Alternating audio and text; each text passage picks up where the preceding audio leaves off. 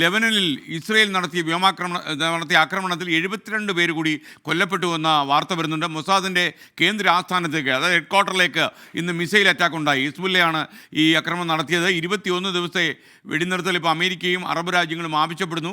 എന്തായാലും ഈ പശ്ചിമേഷ്യയിലെ സാഹചര്യം കൂടുതൽ വഷളാകുന്നു എന്നാണ് നമ്മൾ മനസ്സിലാക്കുന്നത്. കൂടുതൽ ജനങ്ങൾക്ക് ജീവഹാനി ഉണ്ടാകുന്നു. ഈ നിമിഷം നമുക്കൊപ്പം പി പി ജെയിംസ് ചേരുന്നു. Good morning P P James. Good morning S K. Hi James, ഈ ഹിസ്ബുല്ലയുടെ ഈ മൊസാദിന് നേരെയുള്ള ആക്രമണം, അതും മൊസാദിന് അത്ര പരിചയമുള്ളതല്ലല്ലോ, അതിനെക്കുറിച്ച് ആദ്യം പറയൂ. എസ് കെ, യഥാർത്ഥത്തിൽ ഇസ്രായേൽ കഴിഞ്ഞ കുറച്ച് ദിവസങ്ങളായിട്ട് ആക്രമണം നടത്തിക്കൊണ്ടിരിക്കുകയാണ്. തിരിച്ചടി എന്നോണം ഹിസ്ബുള്ള റോക്കറ്റുകൾ അയക്കുന്നുണ്ട്.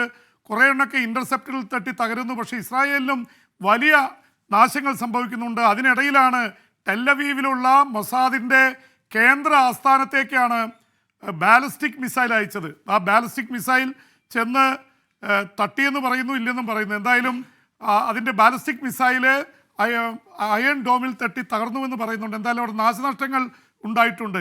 ഒരുപക്ഷെ മൊസാദിനെ സംബന്ധിച്ചിടത്തോളം ഇതാദ്യമായിട്ടാണ് മൊസാദിൻ്റെ കേന്ദ്ര ആസ്ഥാനത്തേക്ക് ബാലിസ്റ്റിക് മിസൈൽ വരുന്നത്. അപ്പോൾ സ്വാഭാവികമായിട്ടും ഇസ്രായേൽ വല്ലാത്ത രീതിയിൽ രക്ഷാകവചങ്ങൾ ഒരുക്കിയാണ് ഇതിനെ നേരിടുന്നത്. പക്ഷേ ഹിസ്ബുള്ള വളരെ ഇതായിട്ടുള്ള ഒരു ആർമിയാണ്. അവർക്ക് 100,000-ലേറെ ട്രെയിൻഡ് പ്രൊഫഷണൽസ് ഉണ്ട്. അപ്പോൾ ഇതിനൊക്കെ ഇടയിൽ ഇസ്രായേലും വലിയ രീതിയിലുള്ള അറ്റാക്കാണ് നടത്തിക്കൊണ്ടിരിക്കുന്നത്. ഈ 24 മണിക്കൂറിനുള്ളിൽ 72 പേർ കൂടി കൊല്ലപ്പെട്ടിട്ടുണ്ട്. മരണസംഖ്യ 630-നും 640-നും ഇടയിലായെന്നാണ് ഒടുവിൽ കിട്ടുന്ന റിപ്പോർട്ട്. ഇതിനെതിരെ ഇത് വല്ലാത്ത അപകടകരമായ അവസ്ഥയിലേക്ക് പോകുന്നുവെന്നാണ് ലോകരാജ്യങ്ങൾ UN ജനറൽ അസംബ്ലിയിൽ വരെ വിലയിരുത്തിയത്. അതിൻ്റെ പശ്ചാത്തലത്തിൽ America, Canada, Japan, Australia, European union, Arab രാജ്യങ്ങളിൽ പ്രധാനമായിട്ട് UAE, സൗദി അറേബ്യ, ഖത്തർ അടക്കമുള്ള രാജ്യങ്ങളടക്കം ഒരു ജോയിൻറ്റ് ഡിക്ലറേഷൻ ഇറക്കിയിട്ടുണ്ട്. ഉടൻ വെടിനിർത്തൽ വേണം. 21 ദിവസത്തെ എന്നുവെച്ചാൽ 3 ആഴ്ചയിലത്തെ വെടിനിർത്തലാണ് ആവശ്യപ്പെട്ടിരിക്കുന്നത്. ഇല്ലെങ്കിൽ ഈ യുദ്ധം കൈവിട്ടു പോകുമെന്നാണ് ലോകരാജ്യങ്ങൾ തന്നെ പറയുന്നത്. ഇതിൽ ഇറാനും വല്ലാതെ അസ്വസ്ഥരാണ്. അപ്പോൾ അതിൻ്റെയൊക്കെ പശ്ചാത്തലത്തിലാണ് ഈ യുദ്ധം പശ്ചിമേഷ്യയെ തന്നെ മുഴുവൻ ഗ്രസിക്കുന്ന തരത്തിലേക്ക് പോകുന്നു. ഒരുപാട് പേർ കൊല്ലപ്പെടുന്നു. ഗസയിൽ മരണമടഞ്ഞവരുടെ സംഖ്യ 41,500 കവിഞ്ഞിരിക്കുന്നു. ഗസയിലും ഇസ്രായേലിൻ്റെ ആക്രമണം നടക്കുന്നുണ്ട്. അപ്പോൾ ഹെസ്ബുള്ള അവരുടെ കമ്മ്യൂണിക്കേഷൻ സിസ്റ്റം തകർന്നിരിക്കുകയാണ്. പേജർ ബോംബുകൾ പൊട്ടിയും വാക്കി ടോക്കി പൊട്ടിയും അവർ പരിഭ്രാന്തരാണ്. പക്ഷേ അവരുടെ ആർമി അണ്ടർഗ്രൗണ്ട് ടണലുകളിൽ, തുരങ്കങ്ങളിൽ ഒളിച്ചിരിപ്പാണ്. അവരേത് നിമിഷവും അവർ പുറത്തു വരികയും ഇസ്രായേൽ കരയുദ്ധം തുടങ്ങിയാൽ ഇത് വല്ലാത്ത രീതിയിലേക്ക് കാര്യങ്ങൾ പോകുമെന്നുള്ളത് കൊണ്ട് തന്നെയാണ് ഈ ലോകരാജ്യങ്ങളൊക്കെ രംഗത്തിറങ്ങിയിരിക്കുന്നത്. വെടിനിർത്തൽ പരസ്യമായിട്ട് തന്നെ ആവശ്യപ്പെട്ടിരിക്കുന്നത്. S K. ജെയിംസെ, മറ്റൊരു കാര്യം, ഈ യമനിലെ ഹൂതികൾക്ക് മാരകമായ കപ്പൽ വേധ മിസൈൽ നൽകാൻ റഷ്യ തയ്യാറായി എന്ന രീതിയിൽ അപകടം പിടിച്ച ഒരു വാർത്ത വരുന്നുണ്ട്. പ്രത്യേകിച്ച് ഹൂത്തികളുടെ പ്രകടനം നമ്മൾ കണ്ടതാണ്. ഇപ്പോൾ സൗദി അറേബ്യയിലൊക്കെ തന്നെ ഹൂത്തികൾ അതിക്രമം നടത്തിയിട്ടുണ്ട്. അപ്പോൾ മറ്റു പല രാജ്യങ്ങളിലേക്കും ഹൂത്തികൾ, പ്രത്യേകിച്ച് ഈ ചരക്ക് കപ്പലുകൾക്കൊക്കെ വലിയ വെല്ലുവിളിയാണിവർ.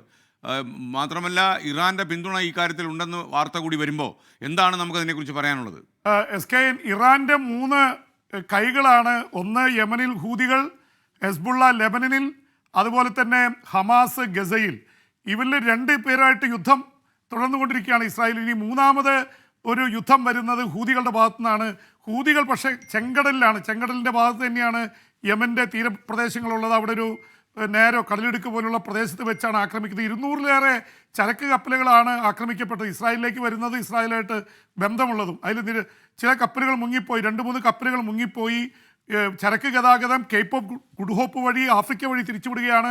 5-10 ദിവസം വൈകുന്നു. വലിയ രീതിയിൽ ഈ ട്രാൻസ്പോർട്ടിന് വാണിജ്യത്തിൻ്റെ ഇത് കൂടിക്കഴിഞ്ഞു.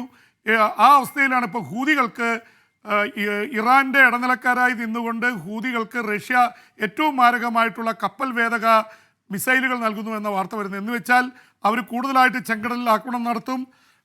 ഒരുപക്ഷെ ഇസ്രായേലിലേക്ക് തന്നെ ഹൂതികളുടെ മിസൈലുകൾ വരാൻ സാധ്യതയുണ്ട്. നേരത്തെ 2 മിസൈൽ ഇസ്രായേലിൽ വന്ന് ടെലവീവിൽ പതിച്ചിരുന്നു. അതുകൊണ്ട് ഹൂതികൾ തന്നെ ഇതിലേക്ക് മത്സരത്തിലേക്ക് അല്ലെങ്കിൽ യുദ്ധത്തിലേക്ക് വരുന്നു എന്ന സൂചന കൂടി നൽകുകയാണ്.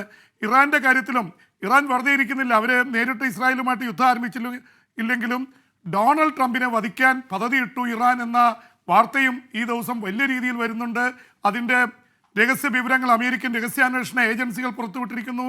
ഇറാൻ ഏത് വിധത്തിലും ഇസ്രായേലിനെതിരെ തിരിയുമെന്നുള്ള തരത്തിലാണ് കാര്യങ്ങൾ പോകുന്നത്.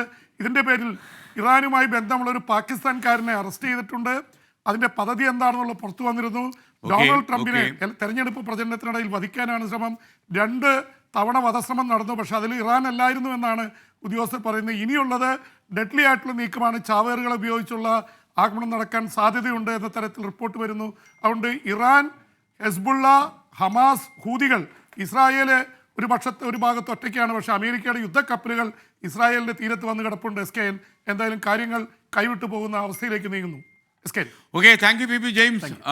എന്തായാലും അന്തർദേശീയ തലത്തിൽ കേൾക്കുന്ന വാർത്തകളൊക്കെ തന്നെ നമ്മളെ അലോസരപ്പെടുന്നതും ഷോക്ക് ഏൽപ്പിക്കുന്നതുമാണ്, പ്രത്യേകിച്ച് പശ്ചിമേഷ്യയിൽ.